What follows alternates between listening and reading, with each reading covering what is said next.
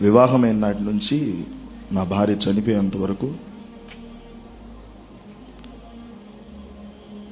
ప్రార్థన మానటం అనేది నేను ఏ రోజు చూడలేదు.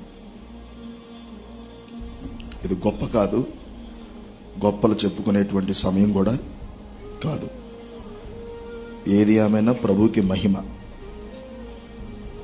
నా భార్య గర్భవతిగా ఉండి లాస్ట్ ఇంకా డెలివరీకి కొన్ని రోజులు దగ్గరలో ఉందన్న సమయంలో కూడా 2-3 గంటలు బెడ్ మీద కూర్చొని ఏడుస్తూ ప్రార్థన చేసేది నా భార్య.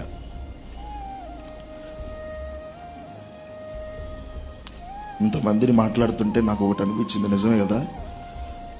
దేవుడు మనల్ని ఆశీర్వదిస్తున్నప్పుడు ప్రభువా నన్నే ఎందుకు ఆశీర్వదిస్తున్నావు అని మనం అడగనప్పుడు, దేవుడు పిలుచుకున్నప్పుడు కూడా అడిగే హక్కు మనకేమీ.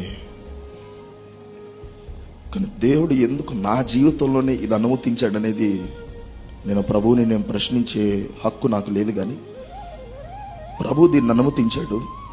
అందుకు నేను కూడా మనస్ఫూర్తిగా ఈ మరణాలను అంగీకరిస్తున్నాను. యెహోవా ఇచ్చెను, యెహోవా తీసుకొనును.